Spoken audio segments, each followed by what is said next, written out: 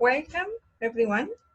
Thank you so much for joining us today in this webinar hosted by the Urantia Association's Education Committee. I want to share with you a quick protocol. During the meeting, we ask you please mute yourself if you are not speaking to avoid disturbing background noises. If you want to speak, please raise your hand and unmute yourself. Use headphones if you can to improve sound quality and to reduce echo background noises when speaking. This session will be recorded for future study purposes. The videos will be made available to the public in the Urantia Association YouTube channel. Also, we ask you to turn off your camera if you do not like your image being used for records, and ask to speak off the record at any time when you do not want your say to be part of the videotape. This way, your part will be cut out of the video during editing. Today, we have the participation of Urantia Association's President, Chris Wood, who will present the theme, the pursuit of happiness. And now, let me introduce you Chris Wood briefly. Chris has been active in the Urantia community for 21 years now. He has served in various capacities for several conferences, boards, and committees, including 7 years as the president of the International Service Board for Urantia Association. Chris lives in Green Bay, Wisconsin, USA, with his wife and 2 growing boys, and works as an air traffic controller. He spends his spare time toiling in the beginning stages of coffee roasting, soap making, and woodworking. Thank you, Chris, for your willingness to serve. The session is yours.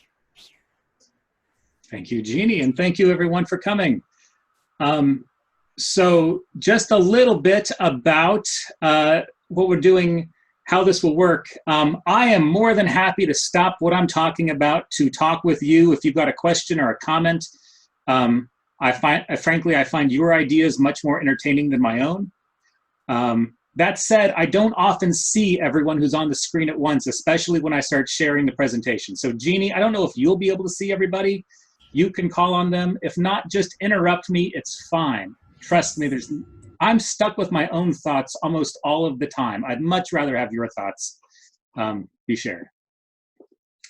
So yes, we're talking about happiness today and the pursuit of happiness. So we're going to start with just a basic philosophy 101 background on happiness in the philosophical realm before we get into happiness in the Urantia book and then its application. I really don't know how long this could go, and I have this great fear that's going to go on for about 15 minutes, and then we'll just have to fill the rest of the time. But we'll see. And again, interrupt as much as you'd like. It'll help stretch the time. I am going to start sharing a presentation again. Let's see if I can do this. Uh-oh, I don't want to share that now. Here we go. Pursuit of happiness. Everyone can see a nice thing, right? Okay. So this is us, and this is the pursuit of happiness that we're going for today. The Urantia book does tell us that the pursuit of happiness is an experience of joy and satisfaction. So it's something worth going after, right? I mean, this isn't just some awful, trying to satisfy our base needs or anything. The pursuit of happiness is something we should be going after. In philosophy, there's this great long debate that's been going on for thousands of years in Western philosophy for how do we define the good. And if we can define good, we can define bad, and we get away from those words. And so philosophers actually often talk then about happiness instead, especially in Western philosophy. So instead of saying what is good or what is bad, we say what causes happiness, and that's what we mean by good. Now, what we're often going for, though, there is how should we be acting? If we know what the good thing is, then we'll know how we should be acting in any given situation. And if we know how we should be acting in any given situation, then we kind of know what the meaning of life is. And that's what we're really going after in our philosophical pursuits, is what exactly is the meaning of this life? And so it gets down to almost a system of definitions and what is the right goodness that we're going after. And in philosophy, we often call that about happiness. So what is this happiness we all seem to be pursuing? So there's this school of philosophy, and it's hedonism, where the meaning of life is the pursuit of happiness. And often this is interpreted as kind of a bad thing, a base thing. It's the pursuit of sensual joys. And we kind of instinctually know that that's not quite right, and that people who are on after that are going the wrong direction. And so it's an instinctual thing. I'm a big fan of following our instincts, and yet we don't, philosophy has not yet quite gone away from it. It's something that they keep talking about.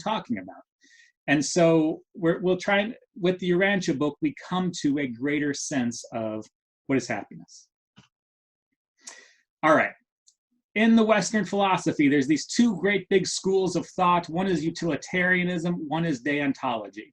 And it's basically about whether any single act should be judged by its consequences or by its motivations. In other words, I had a really good motive and my action just didn't quite pull out, and so something bad happened, but I deserve good credit because I had good motivations. Versus, I intended to do something bad, but something good happened anyway, therefore I get credit for the good thing that happened, right? Chris? Yes. This is Derek. I'm curious, can you hear me? Yes. It's Derek. I would just like to offer that it's impossible to be happy alone. Happiness is all about sharing. Happiness is what brings us together, but it's a result of living for others. You quickly learn you can't do it alone. So that's all my simple solution.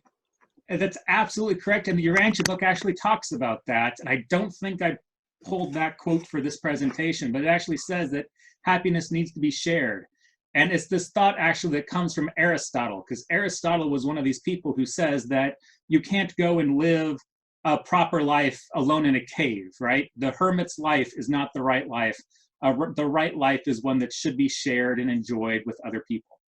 And the Urantia book embraces that. The Urantia book embraces a lot of the old ancient Greek philosophy, in part because a lot of that old ancient Greek philosophy comes down through Machiavelli to Melchizedek, and a lot of those teachings, at least for Europe, came up through then the Greek philosophers. And so it builds upon those things.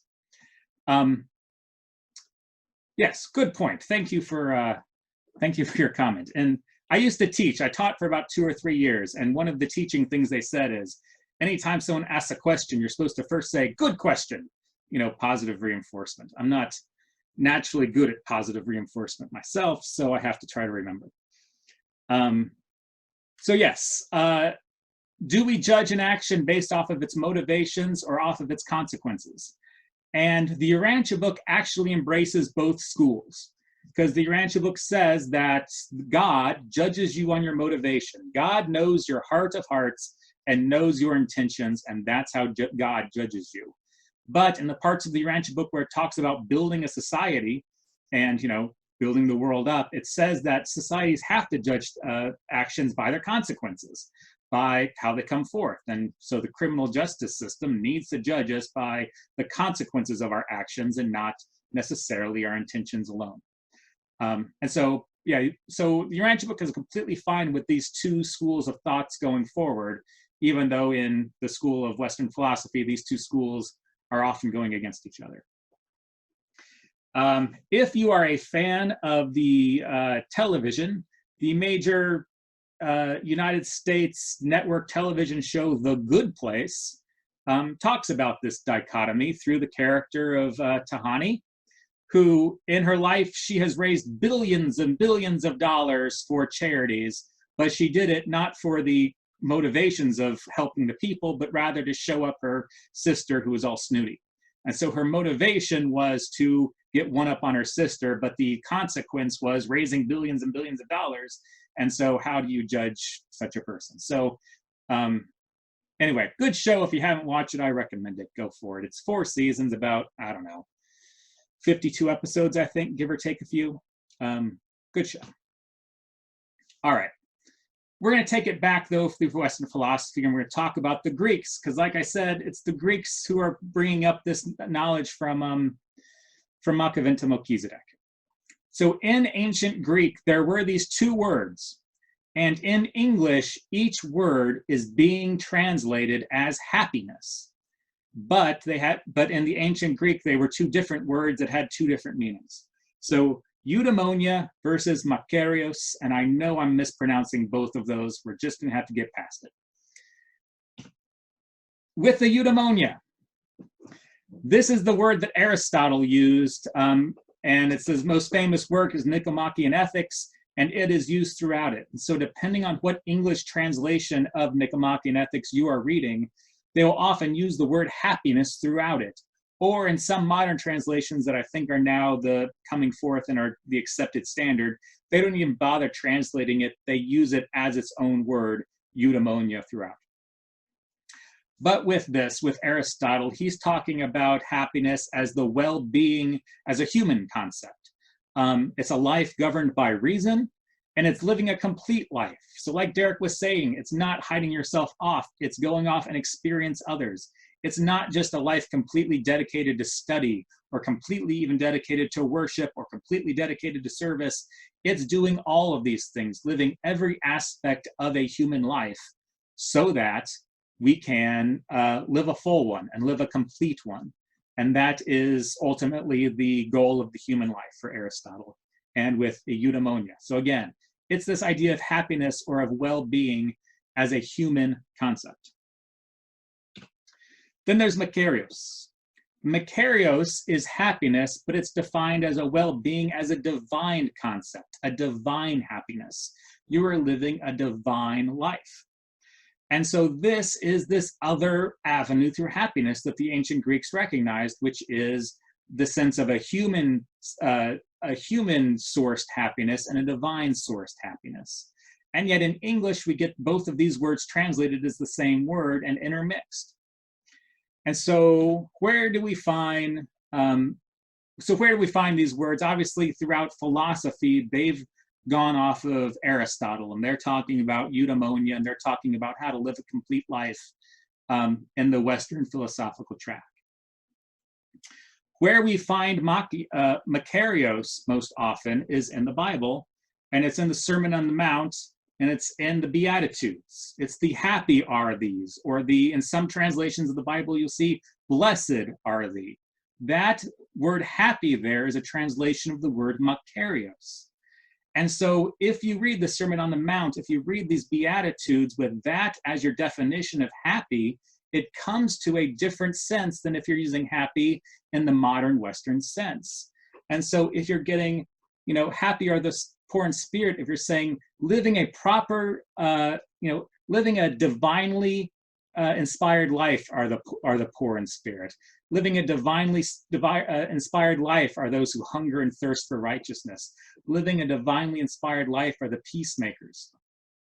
We get this new sense of what Jesus is talking about in the Sermon on the Mount, and that it's being brought forward as not this happiness as in what's going to bring you some sort of sensual experience, but rather what is leading to living as a divinely inspired life, right? And so bringing this out really makes me, as a person, want to go back and reread, all of these parts of the Urantia book. Wow, that's a right slide. Okay, I'm doing good. I'm on topic.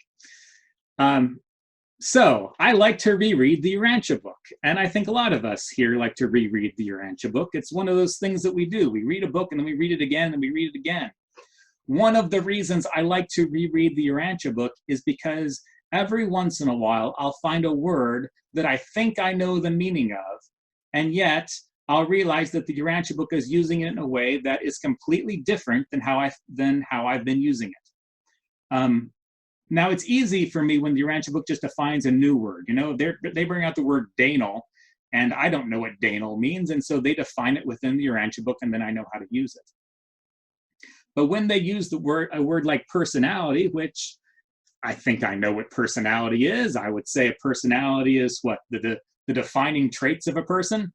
And that's how I would use it in all of my everyday senses. And then you find buried in this random paper in the Jesus papers where Jesus is going through Rome, where they just randomly define personality for you as a man's moral will is his personality. And I'm like, oh, personality is not just my quirks and my traits, but it's my moral will.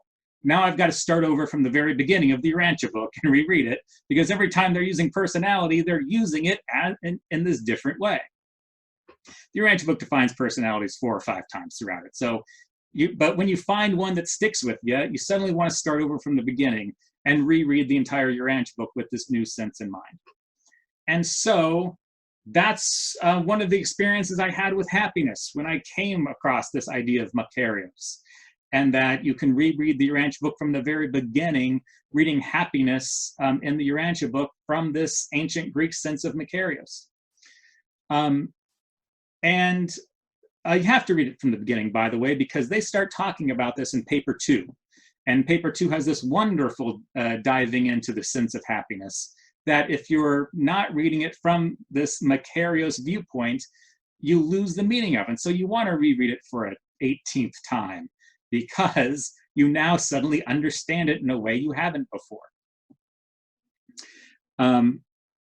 So the Urantia book doesn't only embrace this view of happiness as Makarios, but it then builds upon it, which is, of course, great because it's a revelation and it should do so. But it brings this sense of happiness forward for us. So, I mean, just getting the sense of Makarios is wonderful, but it's a step, and the Urantia book will bring you to another one. So some common person definitions of happiness. I should probably take a pause. Any questions so far? This is the Philosophy 101 taking us to where we're starting, just to make sure we're all on the same page part. So any questions, any comments, anything you would like to discuss? Back to page. No? Excellent. All right, so some common person definitions of happiness, how we use happiness in just everyday parlance, right? So I think there's 2 definitions. One is as psychological elation. My favorite team has won the championship and that makes me happy, right? I finished all of my homework before going to bed and that makes me happy. I came home and found the kitchen magically cleaned, and that made me happy. It's a psychological elation. And we've certainly, I hope, all experienced this. I hope your favorite sports team has won every once in a while. And so this is certainly an experience we all have, and it's how we often use happiness. A second definition of happy is physical elation, right? Coffee makes me happy. Maybe you're a better person than I, and you say that getting your exercises done in the morning makes you happy, right? You get the sense of physical elation. Maybe you can even combine them all into one, and you say that if you can climb into bed at night into a well-made bed, then you get both the physical elation of having a nice clean bed to climb onto, but also the psychological elation of you finished that chore of making your bed before going to bed. This is how most people in their common parlance use the word happy, in one of those 2 ways. Not, all in, but it's mostly how you'll see happy used around. So the Urantia book, of course, uses it in a completely different way. This is this quote, and by the way, it's one of these things that one of these decades I feel like studying is the second half of famous quotes. Because often you'll see this quote that is quoted over and over again, and it's on, t-shirts, and people are quoting it left and right. And you'll find that it's from a paragraph, and then there's the second half of the paragraph, and that second half of the paragraph is often very amazing itself. So there's this quote, and it begins with one that I see a lot, which is, all truth, material, philosophic, or spiritual, is both beautiful and good. All real beauty, material art, or spiritual symmetry, is both true and good. And all genuine goodness, whether personal morality, social equity, or divine ministry, is equally true and beautiful. That's usually where the quote stops when people are quoting it for a speech or in a paper. The second half of that paragraph goes, health, sanity, and happiness are integrations of truth, beauty, and goodness as they are a blend of the human experience. Such levels of efficient living come about through unification of energy systems, idea systems, and spirit systems. And so we get this relation from this between energy systems, idea systems, and spirit systems, and health, sanity, and happiness. And so when we're judging our energy systems, we don't judge it by happiness or the joy we get from it. We judge energy systems by whether or not it leads to health, which then makes me rethink how much coffee I drink and whether or not coffee is actually doing good for my energy systems, right? I'll put this down right here. Maybe I'll pick up my water instead. Our idea systems, the health of our idea systems, of our psychological systems, is judged by sanity and whether or not it's leading toward a healthy, sane view, and whether or not it's leading toward, away from that. We won't call it insanity, we'll just call it away from sanity. And so happiness is actually a judgment, a product of our spirit systems. A well-run spirit system that is thriving leads to happiness. Happiness is an experience we get from having a well-run spirit. So it's not about our physical outlet. It's not about our ideal and psychological outlets. And it's there living within the Urantia book this whole time. This is paper 2. And yet I just seem to have never read it before in the right way. And so it's then reinforced throughout it. They come back to it in paper 100. Where they say, of health and sanity, man understands much, but of happiness, he truly realizes very little. And that is a sentence you might just run right past until you realize that you go back to paper 2 and what they're talking about, and that we understand a lot about how our physical bodies work and what leads to health and away from health. And we understand a lot about how our ideas and our psychological systems work and what leads towards sanity or away from sanity. But we have very little understanding of how our spiritual systems work. We seem to understand when we have tapped into it and we haven't tapped into it, but how to get into it and sustain it and help it grow into a healthy system, we understand very little about, other than we know that the product of this is happiness. And so one would think if we can figure out what it is that leads to this true spiritual happiness, we know that that is leading toward a thriving of our spirit systems, and maybe we can start playing with that and working on that in our own lives, I hope. The next paper, it says that science yields knowledge, religion yields happiness, and philosophy yields unity. So again, happiness in the Urantia book is not about our physical or our idea systems. It is an examination of our spiritual systems. And so here we go from happiness to Makarios to the Urantia book use of happiness, and it suddenly brings us all around, and we have to start reading the Urantia book again from the very beginning. And it's one of the wonderful things about the Urantia book that I love so much. Again, if I ever have the time, I actually want to do one of these things where I'll start reading the Urantia book from the beginning, and every time I have a new great realization, I'll just start at the beginning again, and we'll see if I can ever make it to the end. So we're doing good, I hope. Everyone okay? Anyone have any questions? I don't see everyone. I only see a few of you, so I hope everyone's doing okay. Yes, Hera. I see Hera. Yeah, I think that's really interesting, because having those two definitions of happiness, because most people's idea of happiness is totally conditional on what they're getting from it, what they're going to achieve in order to get happiness. Whereas what we're talking about here is the divine side of it, which is a true happiness. Yeah. Thank you. Thank you.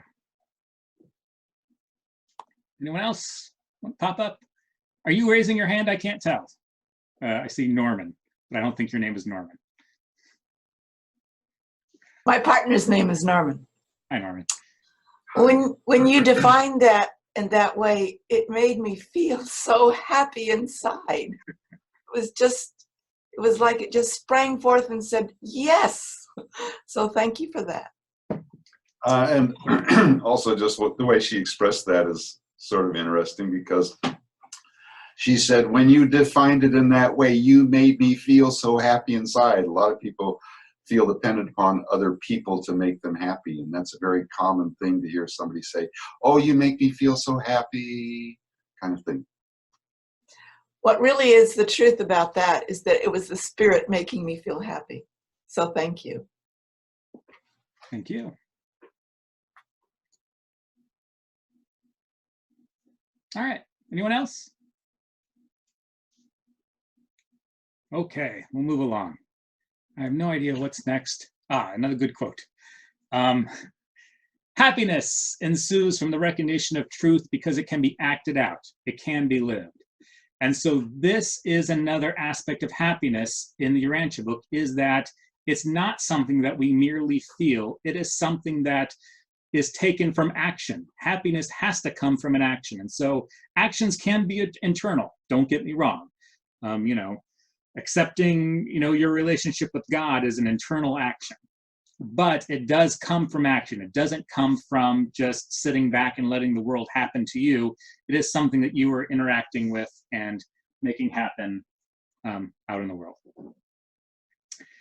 And so, yes, Marjorie.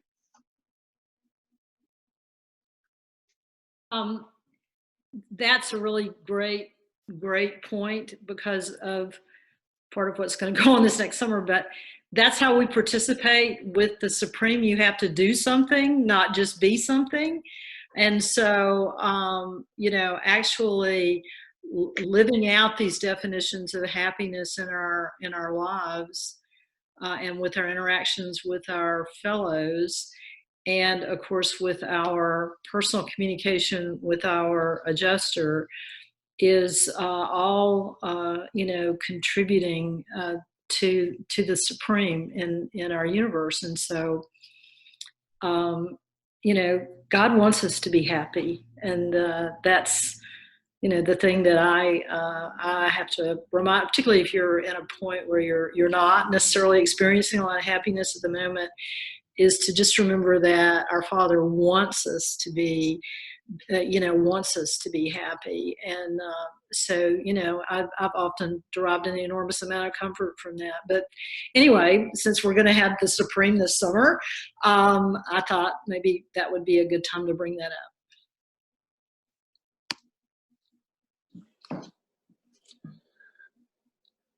Derek? Yeah, so Chris, it's Derek, I don't know if you can hear me.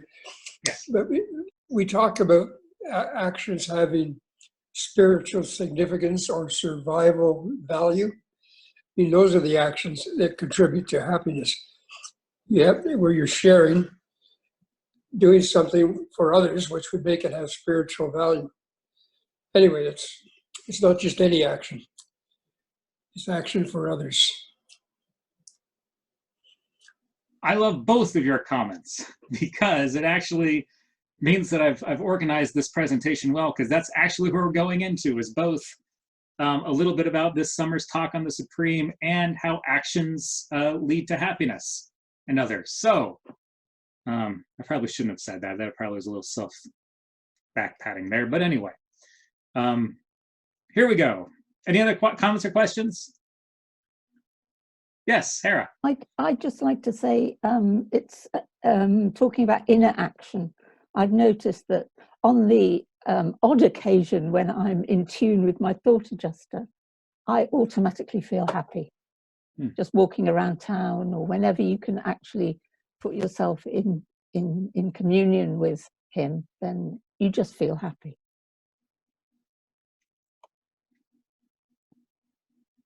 I agree. And it's a different kind of happiness, right? It's a different kind of happiness from just psychological or physical elation. It is, well, it's a quote that comes later actually, but it's almost a form of peace.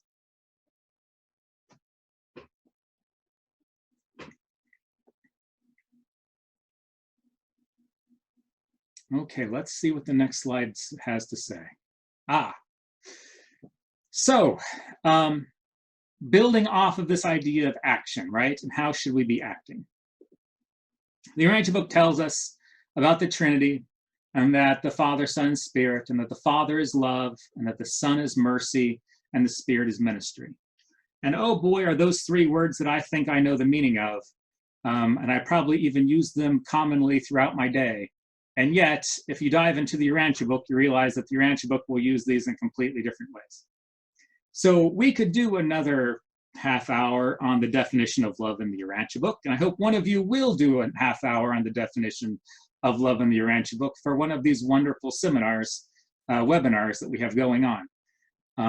But for just a little briefness, when the Urantia Book, when it talks about how the Father is love, they're talking about a motivation. The Father is this great divine motivation. When you're acting upon your love, you're acting upon a divine motivation. When it says that the Son is mercy, it doesn't mean, when I define mercy for myself, I usually mean something like, I am getting out of the punishment I deserve, right? I deserve harsh punishment, but I'm asking for mercy. But that is not how the Urantia Book defines it. The Urantia Book defines mercy as the disposition of a friend, right? You ask for the judge to look upon you as a friend would, and not as a heartless, distant person would. When it says that the Son is mercy, it means the Son is your divine friend, and the Son will give you that disposition of friendship. And so when the Spirit is ministry, the ministry is that action.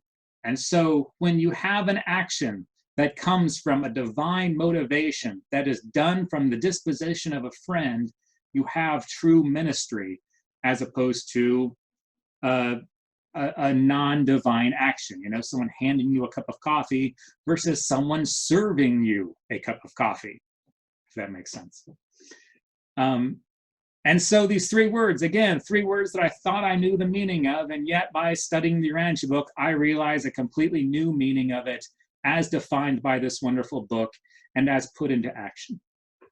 And so if we want to live a life of the Trinity and dedicated to God, and by this God, I guess I mean the triune God, we are living a life of divine motivation that is done by a friend leading to action, right? So it's this sense of, again, if you're leading a divine life, you're living a life of action and divinity. And if you do this, you get a byproduct. There is something that comes from this, and that is happiness. And so it turns out that the hedonists are right. The meaning of life is the pursuit of happiness. It's just that they got the definition of happiness wrong. The meaning of life is this pursuit of divine action that leads to this byproduct of happiness for us. And so next time you come upon a hedonist, you can say, I know what you're talking about and I dig it. And, maybe you can have a conversation going from there. So let's talk a little bit about how we can pursue happiness as various types of being, right? So we are all ascending mortals here. And so how can we pursue happiness as ascending mortals?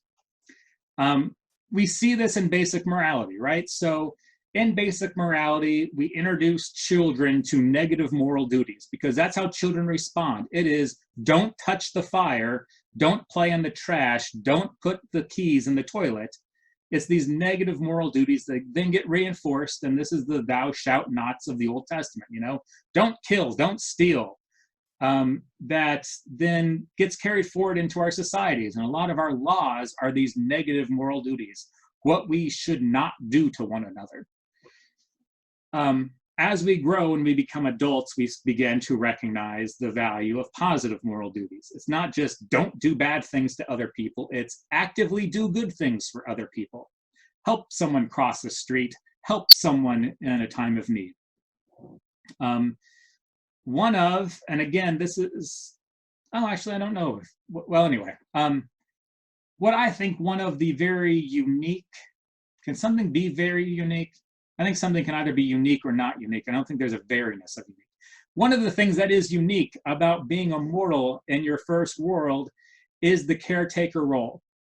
You know, we know that there will be these, you know, these kindergarten worlds going forward, but the idea of taking some care of someone who is sick or infirm, the idea that people at the end of their life need care and that we are in a unique position to give them that care. Same thing for people in the beginning of their life. They need care and we're in a unique position to give them that care. That's actually something that we're doing on this world that we're not necessarily going to be able to experience in other worlds. The idea that we're going to have these failing bodies and people are going to need help. So if we are going to experience the fullness of this first stage life, it might mean diving into those caretaker roles because it's something we can do here that we can't necessarily do in the same way later in our ascending careers. So that's what positive moral duties come out of. And then positive moral duties then, again, lead to true service.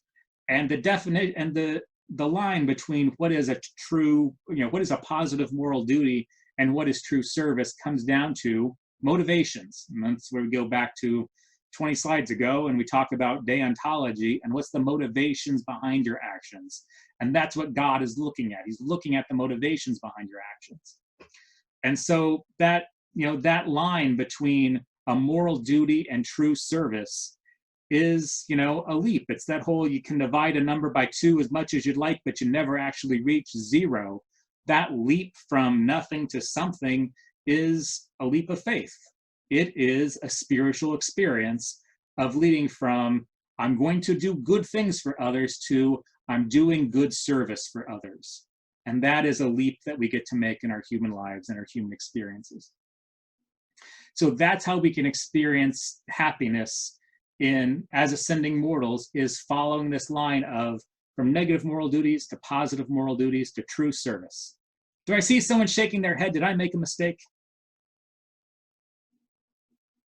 Possibly. Yeah, Diana didn't understand what you meant. No. Okay.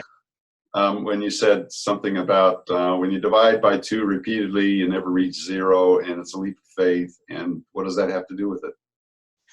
Right. So it's about the motivations behind our duties, right? So I have a great friend. One of my best friends in the world is a devout atheist, and he is one of the best people I know. He does good things for other people. He volunteers his time in the inner cities and helps them plant gardens to help communities thrive. And he is doing all of these wonderful things to make the world a better place. And he is doing so, I think, out of this sense of his moral system. And it's true, he's doing wonderful actions, and his motivation comes from a very human place. True service comes from a divine motivation. It comes from this urging of knowing God and wanting to share that knowledge through action. And so that leap by your motivations is a leap that's one that's not necessarily shown by the consequences of those actions, right? The 2 people could be doing the exact same things, but from a different motivation. And that leap of motivation is, I might want to call it a leap of faith. Does that make sense? Maybe this atheist who's doing all these good things is really divinely motivated by his thought adjuster, and he's just not aware of the motivation. Yeah, he's actually really mad at me because I never try to convert him. One of the fun things he likes to do is like talk to people who knock on the door and really get into it with him because, you know, he thinks he's smarter than them and can talk circles around them. You know, he knows about the Urantia Book. He's actually read large parts of the Urantia Book. There's nothing I can do for him other than be his friend and try to influence him. But anyway, so he's mad at me that I've never tried to convert him in that way because he feels that as a good, godly person that I like to think that I am, that I should be trying to convert others. I don't make judgments on him because I don't know what God is for him. You know, God, Urantia Book doesn't define God by a name, only by, was it, oh, what's that famous quote? God isn't defined by a name, only by motive. I don't know. There's a good quote from paper one. God's never revealed himself by name, only by, and then there's a great word there, and that's what I'm talking about. And anyway, so I don't know what his experience with God is. I don't know what it is he's trying to tap into. As far as I know, that is a form of God that he is experiencing, and I don't want to take that away from him. So yeah, but that's just me and my friendship. Yes, Marjorie. I like your progression here about negative moral duties and positive moral duties and true service. I think maybe the thing that you were getting about in the leap of faith sort of thing, at least for me, is that you go to where when you go to true service, you have totally embraced the gospel. And the gospel being the fatherhood of God first and the brotherhood of man second, is that you realize that all service that you do for your fellows is also in service to our Father. And it's what he wants us to do to become more like him.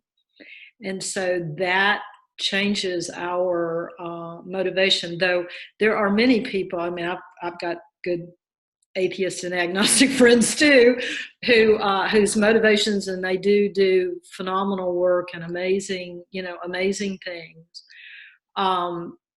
It's just that one little step further that for whatever reason they're not willing or are not in a position to do with that. But you don't really know their heart, and God does. And so, since none of us have A of D behind our name, we don't need to be judging these folks. So we love them, and we serve them, and they're our friends, and that's all that really counts. But I think the thing you were sort of, for me personally, getting at is the embracing of the gospel. So anyway. Chris, that was well said. Can you hear me? Yes. So it's Derek again. So I'd like to introduce the concept of, you've got to put that little faith thing in there, where you make that small leap of faith and believe all this. If you don't make that decision, then you're not in the kingdom. It's just believing a little bit more than you can prove. It's what somebody does when they do it for others is good. It has survival value and contributes, becomes part of the supreme, which you just referred to. But they do have to recognize that it's for God. God is love. What the supreme is, how you get there. With my wife of 50 years just dying a couple of years ago, I've had to really get myself into believing and thinking of her as not gone. Keep referring to her as is, not was. And so she's on a mansion world waiting for me, or waiting for the kingdom, or doing what she does. I'm not, of course, thinking she's waiting for me. I guess she's sleeping, or however that works. But it's quite a discipline to have that 50 years of loving and sharing and growing, just pulling it from under you. But if you can get it in the form of, she's only gone on ahead, she's not gone. Anyway, to the extent that contributes to anybody's happiness, I don't know, but I did want to introduce that little concept of faith, of believing and making that leap that really completes the circle, and that's how you survive. So do you want to comment on that? I may be way off base here. No, I do think it contributes directly to what is a unique human experience, because on in our ascension career, yes, we might move at different paces and have completely different jobs, but we can stay in direct communication with each other if we want to, or at least we'll kind of know where we are. This is, I mean, because we're A, on an isolated world, and B, it's just the nature of the mortal world itself, is we get this great separation that we feel in our, I mean, I say we feel it in our bones. It's this, we get this great material sense of loss that is very real, and it's the opposite of physical elation. It is this great physical sorrow that, even though spiritually we know that this sorrow is only temporary and it's a temporary separation, we get this attachment to this physical sorrow that comes with it. And it's, I mean, it's such a unique experience that we get to have now. And it's one of those ones that we never want to actually have, right?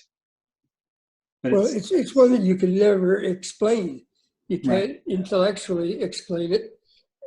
Therefore, when you start talking about infinity and eternity and digging into that, you can't get deep enough. So you have to then say, okay, I'm in. That's that believing more than I can prove. Right. Anyhow, thanks for letting me get that off my chest. Absolutely. Thank you, Derek. Okay. Anyone else? I guess we'll see what I had next. All right, so yeah, we were talking about happiness as ascending mortals. Let's talk for a minute about happiness as a citizen of Urantia. And so here's where, and this is not something I'm pulling directly from the Urantia book. This is Chris Wood's interpretation of the Urantia book here. But that we can, as a citizen of Urantia, part of what we're here to do is fulfill, did I spell fulfill right? To fulfill the mortal epic duties that we have. If you read paper 47, which is the 7 mansion worlds, and paper 52, which is the planetary mortal epics, they actually line up really well. Because in the 7 mansion worlds, they say that, you know, mansion world number 1 gets you to the same level of civilization that a planet that has had the material sun and daughter mission has got to. In paper, and world number 2 gets you to the magisterial sun, world number 3 to the bestowal sun, world number 4 to the Trinity teacher sons, and then worlds number 5, 6, and 7 are the 3 levels of light and life. So you can take those 2 papers, read them together, and see both kind of what your mansion world experience will be like, but also what we should be doing for what we should have experienced in our planetary mortal epics. Now, we're on a messed up planet, and my wife tells me not to call it a messed up planet, but to call it a non-standard planet, but whatever. Our mortal epics have not progressed in the usual way. So we've got all of these mortal epics being shoved together, and the way I, again, Chris Wood, separate the services that we have to do is by planetary epic. So when we talk about things like we live in a world that lacks for water for everybody, or food for everybody, or a family for everybody, or basic health care, these are services that should have been addressed by the planetary prince or by the material son and daughter. This is mansion world number 1 level of experiences. And so we can address this. And this is something you're called to do. If this is a service, an act that'll lead to happiness for you, then by all means go out and do it, because the world needs it. For mansion world number 2, for the magisterial son, we're told that this is, you know, will have great flourishing arts. And so maybe you've got this great artistic bend to you, and this is something you want to help express. It's not for me. I appreciate many forms of art, but I've yet to create a good one myself. And so this one's a mysterious one for me, and I really think I'm going to have a lot to learn on mansion world number 2 for this. But this is something you can experience, and something you're going to help raise the planet up to this level of planetary epic that we should have been raised to by now. So we're in the post-bestowal stage. Do I have anything for this? Nah, I don't. We'll look at this picture. so we're in the post-bestowal stage, and this is the one of flourishing philosophy, right? Of the great thinkers and the great minds, and how should we be acting, and what is goodness, and what is happiness. And don't you know it, but this this emergency epic revelation that we have, this fifth epical revelation of the Urantia book, is trying to bring us up to this level of bestowal sun type ideas that have been lost. And so we get these ideas of happiness that you can read it the first time and read it by happiness as is defined by the common person. You can read it the second time and get this idea of makarios that you've learned about. You can read it the third time and get the definition of happiness as is defined in the Urantia book level of happiness. Like Jesus's teachings, it is there for you at whatever level of experience you are at. And you can get something from it, and then you can read it again and get something else from it. It's one of the things that truly, in my mind, makes it convincing as an epical revelation, is that the same book can teach you 5 different times in 5 different ways, and it's just where you are at that you get the teachings from. And so anyway, that is part of what the post-bestowal age is supposed to be about, is this age of philosophy and age of thinking. And so if that's something you want to engage in, the world needs to engage in this now, because we are entering this great time of new philosophical questions about how does my actions here in Green Bay, Wisconsin, in the United States affect people in Bangladesh? Because it turns out that it does. And how should we be programming the computers that will be controlling our lives? Because we're going to have very soon self-driving cars. And how do we want those self-driving cars to be programmed in their interactions, like in a crash? Which self-driving car should be taking, the primary spot? Which one should have the safest position if 2 cars are about to crash into each other, right? I mean, these are questions that we need to think about and interact with. And, science fiction, many of us who read the Urantia book love science fiction, and it's because science fiction is asking philosophical questions in a way that we haven't thought about yet, because it's dealing with technology or with greater worlds or other worlds. So anyway, it's this type of philosophical discussion that we get to have in a world in the post-bestowal age. Questions, comments, anything?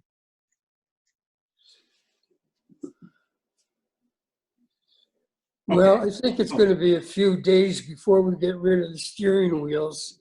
We do have autopilot now, but self-driving. Yeah. So Germany has now started to actually pass laws governing self-driving cars and how they will be programmed.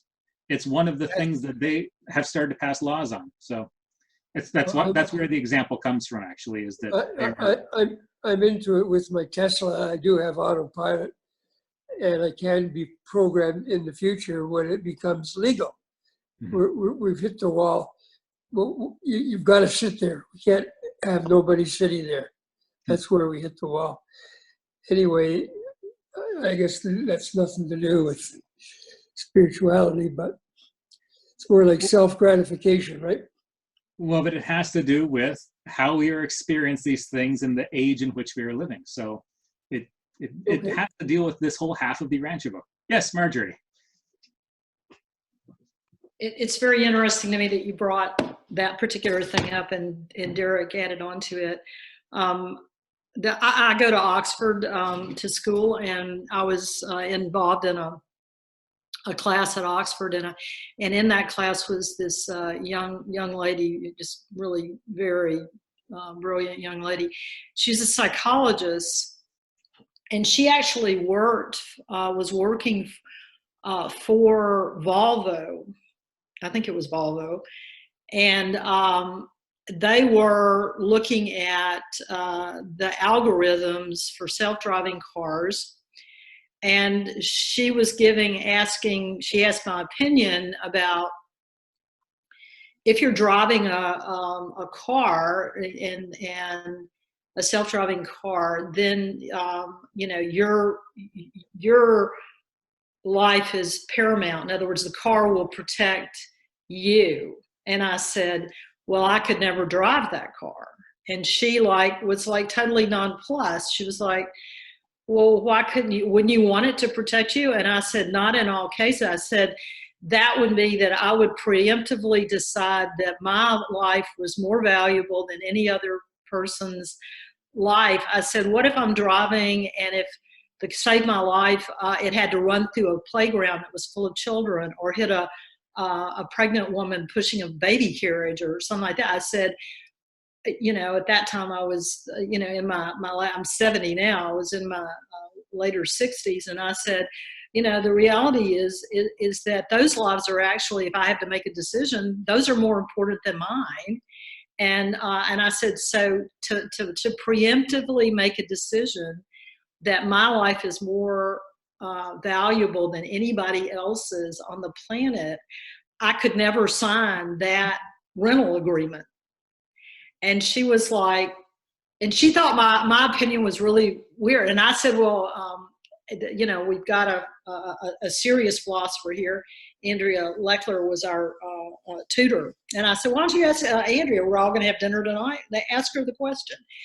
And Andrea said exactly the same thing I did, which is you can't decide, you know, you cannot to preemptively decide that your life is more valuable than anybody else's, that a truly thinking person would not agree. But these are the sort of ethical decisions that we don't even really, you know, we leave them in the back burner. We don't think, just like you were saying, Chris, about what you do in Green Bay does affect somebody now in Bangladesh, you know, and these are the kind of decisions that are, we really have to start digging into, you know, and which is somewhat in the area of philosophy that I'm dealing with, which has to do with ethics. But it's very interesting that you brought that as an example up, and I thank you.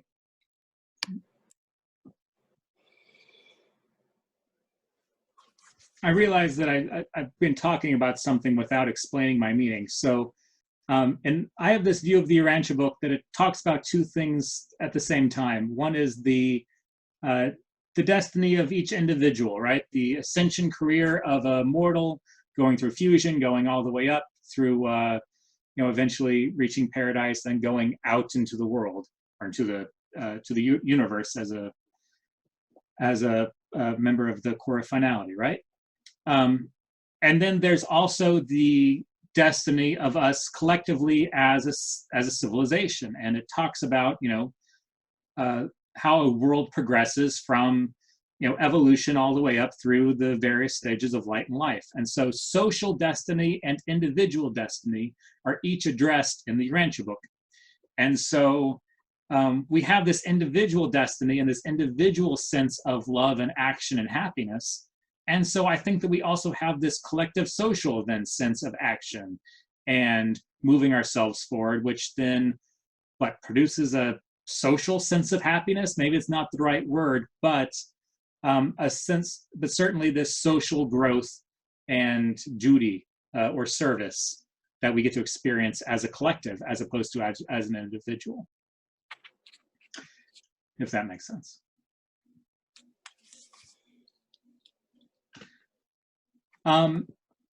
Next, happiness as a cosmic citizen. So here's where we really get into what we're talking about in Vancouver this summer, because there is this phrase in the Urantia book called cosmic morality. You can look it up and, you know, try the various things, cosmic ethics, cosmic morals, all of the various variations of it, which it seems to be saying is this different form of duty, right? So we've got this negative moral duty, don't hit each other. We've got this positive moral duty, try to actively help each other. When you are removed from the material world and suddenly hitting each other doesn't have the same value as it does on this world, or avoiding hitting each other, avoiding hurting each other, or even helping each other, when all of that becomes just the given of how we act, what is the next sense of morality? And it gives us hints of this in the Urantia book surrounding the supreme. And so my idea, and again, we can talk about this in Vancouver, is that when we get to the level of Jerusalem and beyond, a sense of cosmic morality then is what is actualizing the supreme versus what is not. So it's not just doing something unique. Give a unique service that I've never done before. That's a wonderful thing for me to do, to help someone in a way I've never helped them before, to do an experience that I've never experienced before. But what if we do this from the cosmic point of view of, here's a form of service that has never been expressed before throughout the universe, and we get to then add that to the supreme. Let's help one another in a way that that has never been helped before. And so that action then gets added to the supreme. And so morality then, what is the right thing to do if you can, is to express service in such a unique way that it gets added to the supreme. I see a hand waving wonderfully. It's really hard to believe there's any action that's never been acted before in the entire universe. One would think that, but the Urantia Book says that is the case, because that's when the supreme gets fully realized, is when all of those things have been done. When all of those, when all of light and life and all those actions have come to completion, we get the supreme coming forth, and we enter with the just give me maybe one example here on Urantia of such an action that's never been such an action that would help to actualize the supreme that's never been actually done before yet. Oh, thank you, Marjorie. Actually, every action you do is because you are a unique individual. There is not another individual that will ever be able to take your place. And it is your contribution and only your contribution. So every action that you take, which has a motivation, it brings your personality, it brings your unique thought adjuster, it brings your mind, gift of mother, which is, and all of these, and the gift of the father, your personality is unique. And so every action that you take is contributing to the supreme. Well, yeah, that's makes a lot of sense, but that's very different from what Chris said. Oh, I could be absolutely wrong. Ask my wife. I am wrong more often than not. Yeah, ask mine too. But I think this is part of what we're going to be talking about. I hope we'll be talking about in Vancouver, is these actions that that contribute to the supreme or not. And so what actually constitutes contributing to the supreme or not? I think that when the Urantia Book is talking about cosmic morality, that's what they're saying is we should do actions that contribute to the supreme versus ones that do not. And so that's the next stage of morality, I posit, I think, for us in our ascension career as we get past this world, is to start thinking about our lives in that sense, as opposed to, the positive and negative moral duties that we think about them currently. So that's just something for you to chew on, and I could be completely wrong, and I look forward to being corrected down the line. Oh, finally. When we spread the, when we spread the teaching of the Urantia revelation, and then others realize that doing the Father's will is a way to contribute to the manifestation of the Supreme.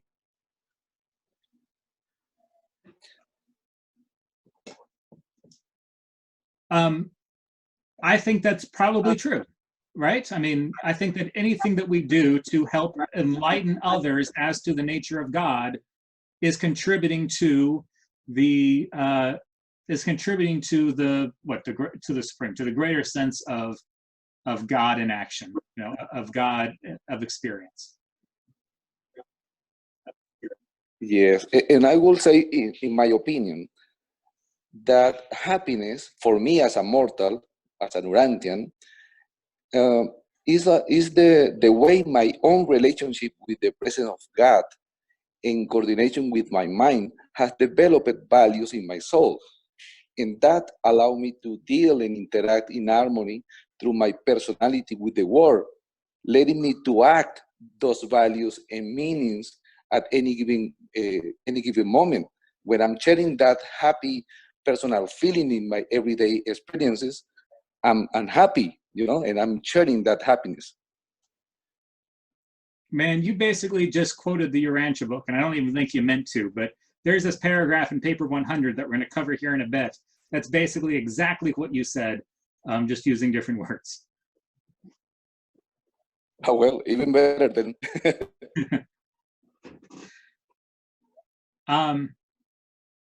All right, we'll wrap this up here in a little bit. So happiness is a Urantia community, right? So again, let's just redefine happiness in case we have lost it.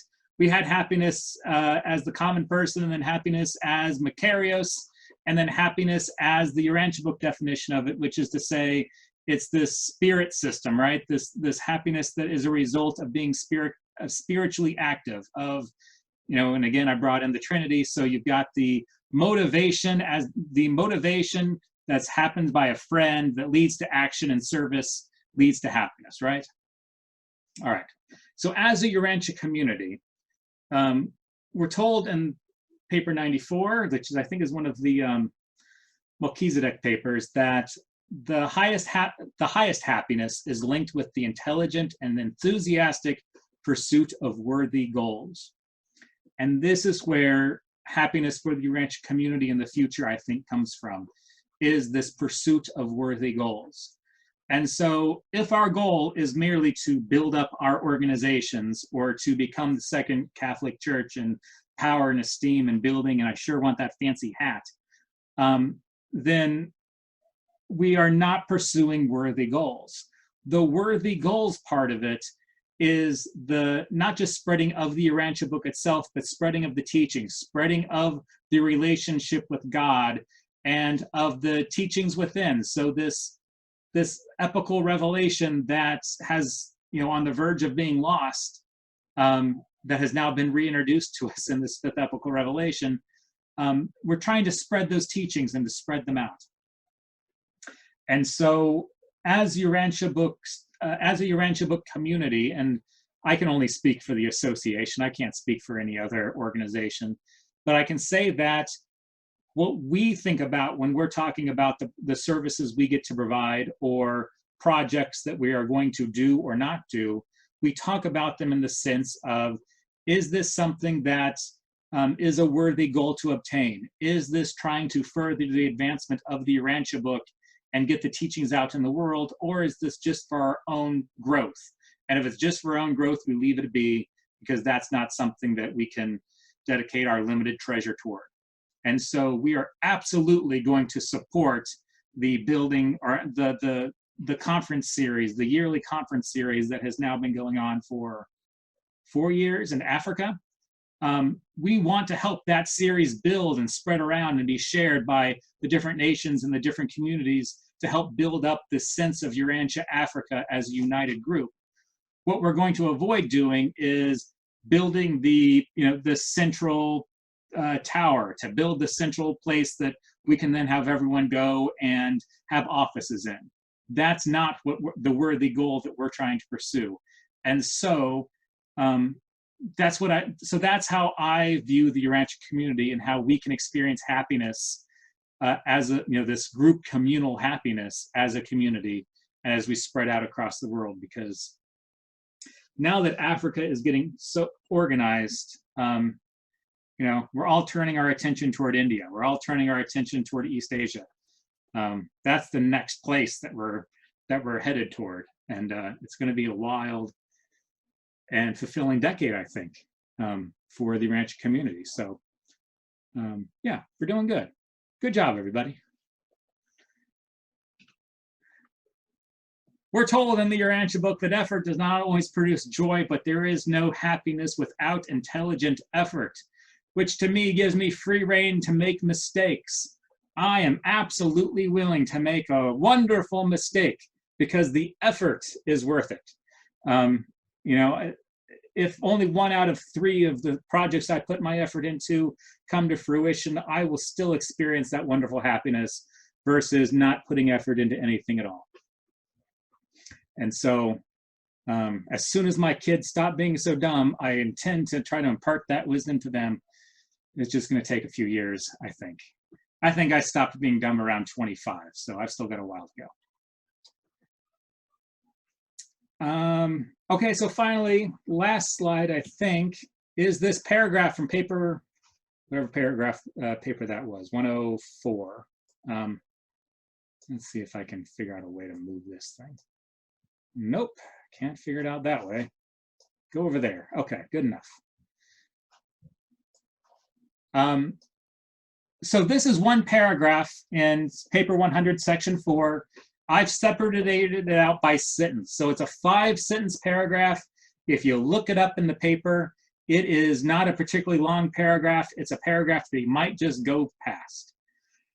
But in it, there are so many words that I find myself getting stuck on this paragraph over and over again.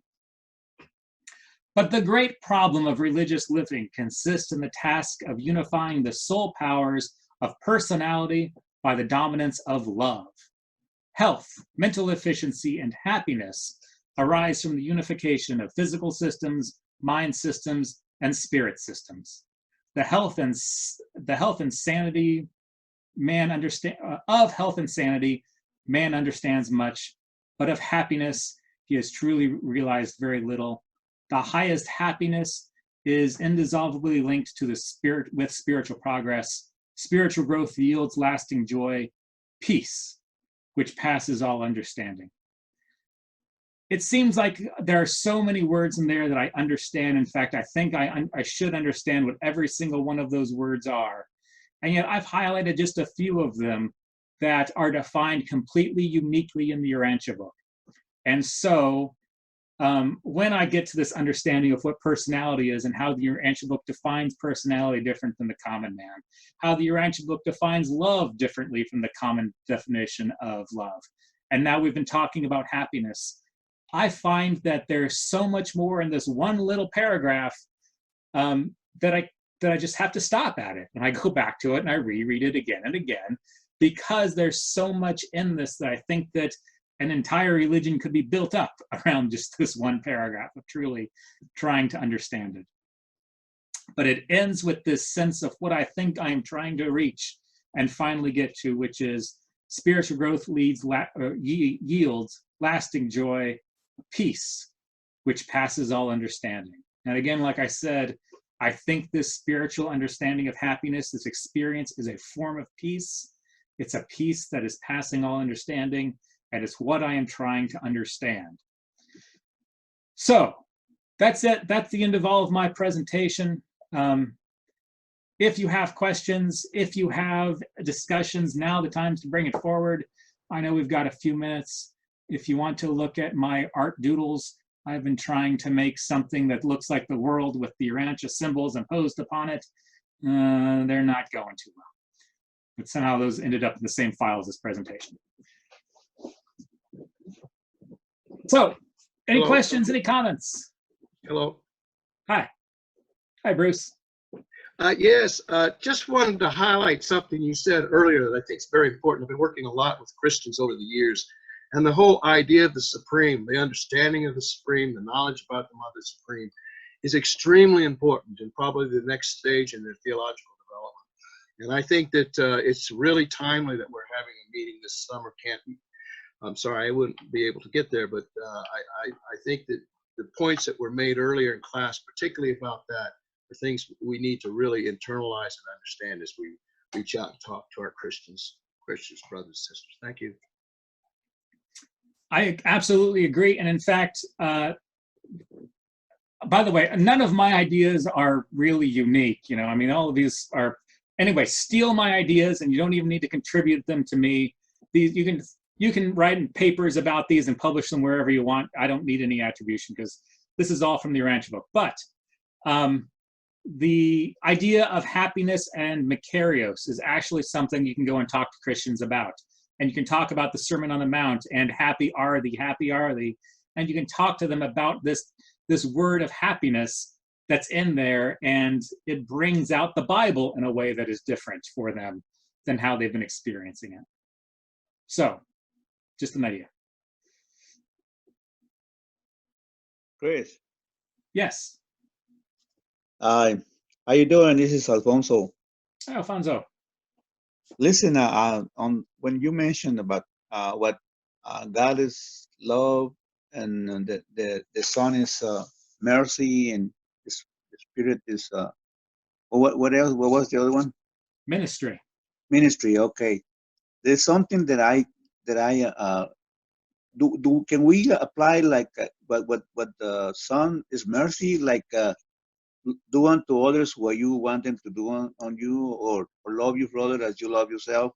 Something acceptance the others, just like is that's the way the mercy works. I mean the eternal son mercy works, like accepting us the way we are, because it it gives me a sense of peace once I discovered that what is mercy for. I was having this confusion about whether I was worthy of doing this, trying to spread this revelation, and that I was worthy.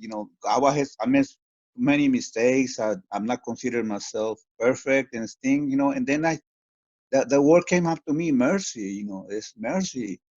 And then I said, well, that's what is mercy for, to accept us the way we are, and accept others the way they are. But I'm not. I'm just saying this is my personal view of what is mercy. I don't know if that applied to that. Do unto others what you want them to do unto you, and love your brother as you love yourself. I don't know. It's just my opinion. I do think that they are connected, or at least there's a connection that can be made because when it in the parts where it dives into mercy in the Urantia book, it talks about friendship, and I forget what the exact quote is, but it's something like the friendship is mercy is the depth, the breadth, and the width of friendship. And so it's basically giving you this shape of friendship that is mercy. In other words, it's not just this linear thing, but it's this thing that's trying to give you this sense of depth and shape, this wonderful friendship that is mercy. And so it is what mercy in person. It's this friendship in person that is God. And so what we want from how we should be treating others and how we want others to treat us is as someone who truly understands us as a friend.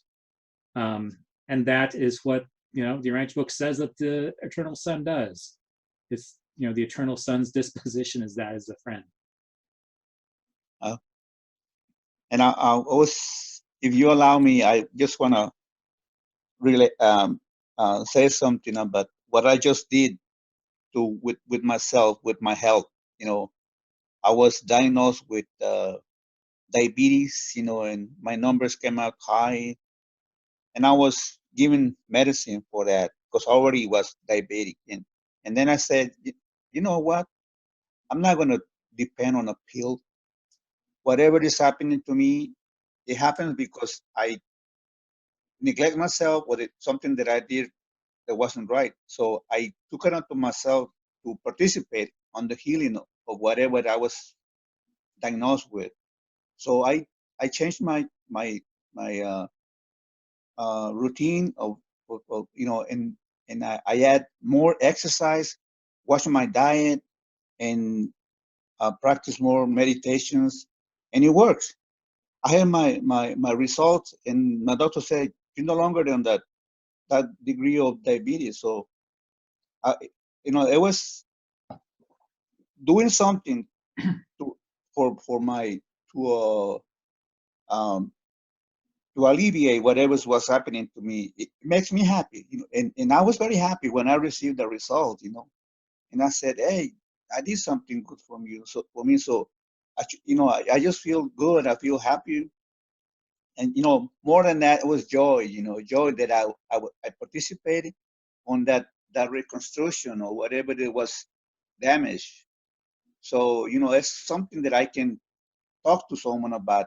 It is also, it depends on us what we do, participate in whatever was wrong with us, to alleviate, to transform it, bring it back to sanity. So I mean, it's a way that I experience joy about being capable of, I'm 69, I'll be 70 in August. And but I said, I still had the will to do something, to work, and I hope this can be example for others, that might be experiencing the same disease or illness. And I just wanted to share this with all you. Thank you, Chris. And it was good to see you, and always I enjoy everything that you came up with. Oh, thank you. Alfonso, I feel very happy listening to you tell your story. A very, very good for you. Thank you. Thank you. Yeah, I'm not an expert on any of this, so I can only speak to my own experience. But that those parts of the Urantia book where it says that, like we were quoting before, that our physical systems lead to health, and our psychological systems lead to sanity, and our spiritual system leads to happiness. That when we try to find that, we shouldn't cross those. We can't cross those channels. If we're looking for happiness from our physical selves, we're going to be disappointed. If we try to find health merely through spiritual channels, we're also going to be disappointed. We've got to focus our physical systems towards health, our psychological systems towards sanity, and our spiritual systems towards happiness. And if we can get those three things in line and working in harmony together, then we have a good working inner self. What I use as a sample, I said, I'm supposed to be the temple of the spirit, and then I'm not taking care of it, and I said, I must do something about it.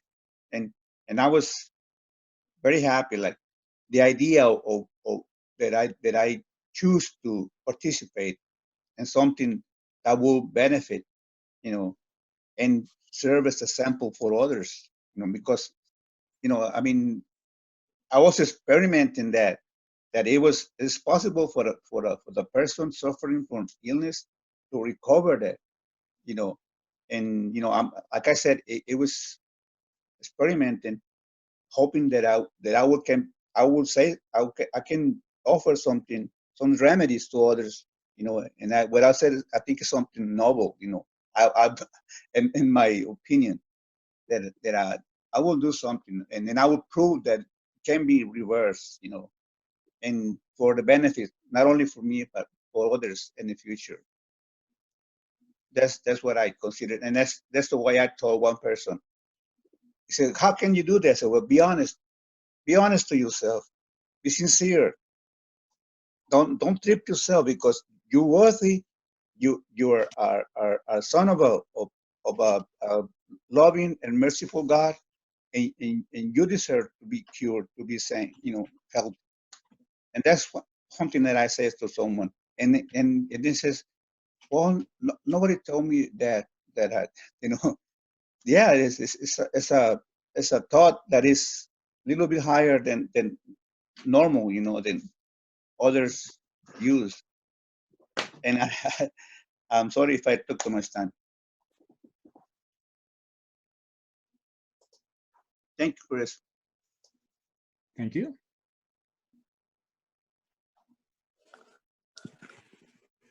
I would like to say that the Urantia book say that love is doing good for others. Okay, so being God the Son, the absolute personality, and therefore He manifests love for us that He Himself received from the Father. Also, as a brother, perhaps His mercy add understanding to His manifestation for us. For example, He as the perfect Son maybe see us as the little brothers, beginning the eternal career from the border of the imperfection. So mercy could be also an understanding that, for our situation.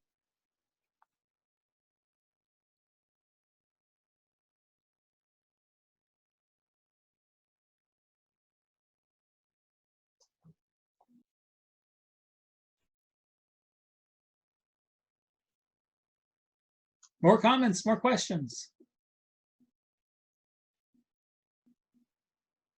Chris, Yes, sir.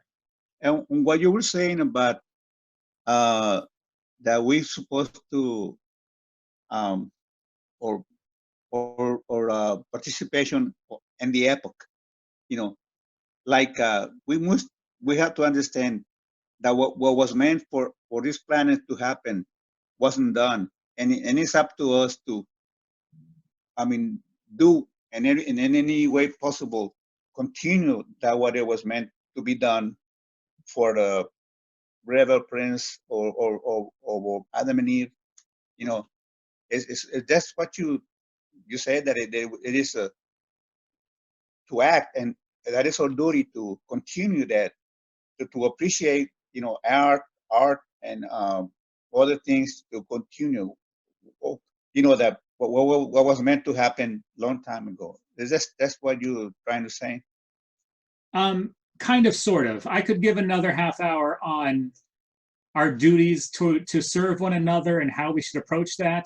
And it starts with, you know, you have a duty towards self and toward your family, and then you kind of build out your community toward there until you're finally serving on a, say, a national or continental or even a global way, right? And so when we talk about service in a global way, that's when, or in many of these ways, we can approach it in many of these sections. So the way I think about service is by planetary moral ethic, because it just helps it organize it in my mind. To say that, you know, there's this wonderful children's orphanage that we visited in Ghana when I was at the last Ghana conference. And, you know, that sort of place is the place you want to support. There's the clean water charities that I enjoy, and I want to support them. It's not the work I'm doing myself, it's the support I can give them, basically financially, because that's one of the lessons actually I learned from the Good Samaritan lesson, right? Like, the Good Samaritan found a guy in the street, and what did he do? Well, he picked him up and brought him to a hotel and took care of him. But then he walked away, and he just gave money to the innkeeper and said, you take care of him, and if this isn't enough money, I'll come back and give you more money. So part of the lesson of the Good Samaritan is also that it's okay to just provide your funds for other people to do the service if that's all you can do in a given situation, right? So anyway, so these are some of the organizations that I can support with my money from afar. But that's how I organize these things in my mind, is by moral ethics. So it's, you know, food and basic shelter and families, it's arts and appreciation of societies, it's bringing forth moral quandaries and moral discussions, are how I kind of organize these things. But you can and should organize them in a way that makes sense to you, because if you try to see the world through my mind, it's very confusing and often filled with South Park quotes.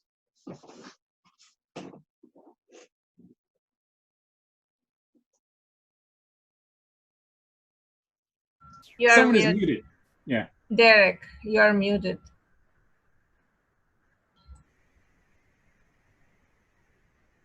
There we are. There, can you hear me now? Yeah, I'm sorry. Yes. It just brought to mind the vision that Sue and Mark Bloomfield and Sister Crescents had when she's teaching little girls to read. Yes. Basically, if you can't read, you're a victim. So that's what Free Schools does. It jumped over all of the daily problems of food and shelter and went ahead with teaching read, a little bit of math, a little bit of hygiene.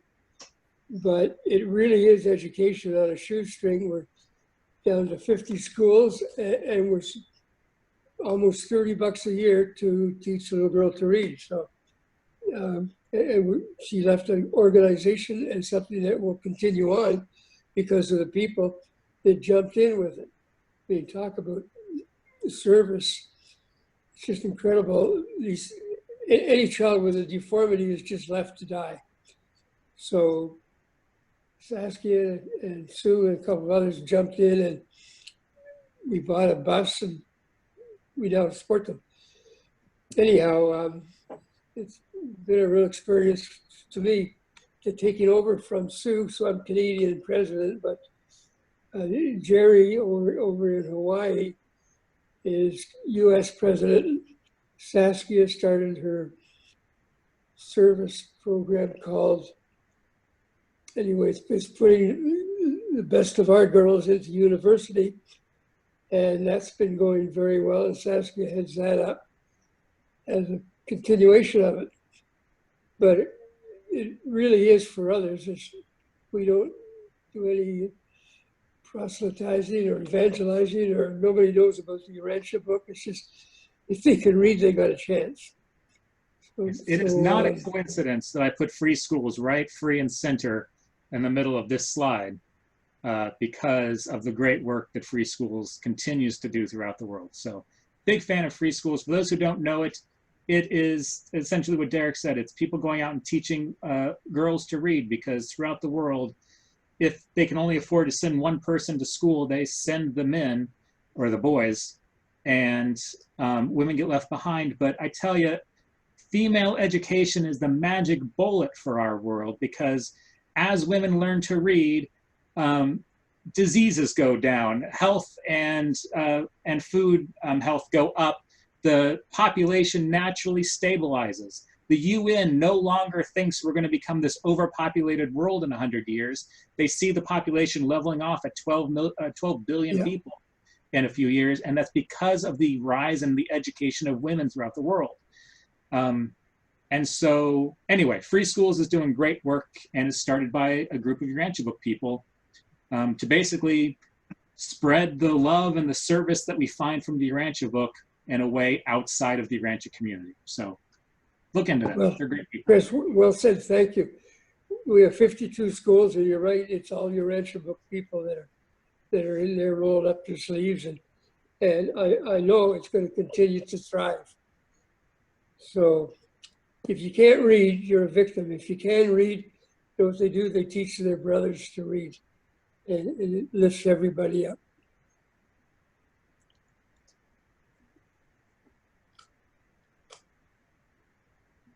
Any other questions, comments?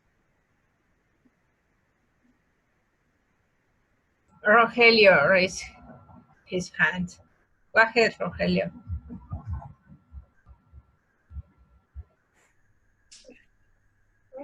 Hi, Janie. Hi, hello. Yes, Oh. go ahead. I think for me, in my opinion, I think one of the highest sources of happiness comes from doing the God's will. I'm gonna give you an example.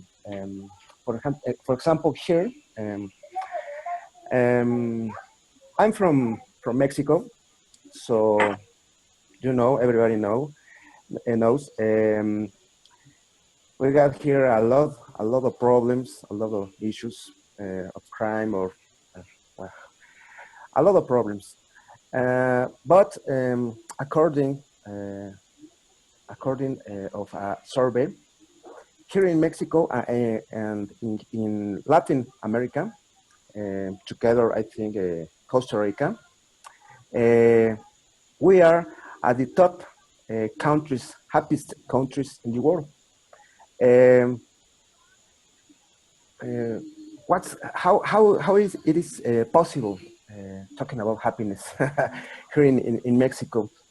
Well, Urantia Book talks about a primitive religion. Here we are Catholic, talking about like Mexican. Almost all people here is Catholic. We got here a deep thoughts about God, about the Virgin, the Guadalupe Virgin. So they are the mother, the ministry. So it's very interesting. Know about a different point of view, like you, you and my brothers here in Latin America. And well, in summary, in your presentation, Chris, it's about the health, the physical, the body, you know, produce its own natural drugs. For example, when you say I feel happy, I feel really happy. Your body is producing some natural drugs. So we got to do exercise, have a good shape. Talking about physical systems, about intellectual systems, clean thoughts. I think clean thoughts, good intentions. At the end, the father judges the intentions, not the facts. So I think that's for me. That's for me mainly the happiness, the connection, the real connection, the personal connection, the personal religion with God and with Jesus. I think. Thank you. Thank you. Say hello. Hi. Hi. My baby girl. You're pretty. Hilda. Say Hola. hello. Hello. Hola. Hello. It's pretty. Yep. Thank you. Thank you. All right, then. Well, we've passed the 90-minute mark, which means I think that I get credit. So any other questions or comments? If not, we can cut this off and turn it into just a fun discussion time, or we can all go away and enjoy the rest of our days.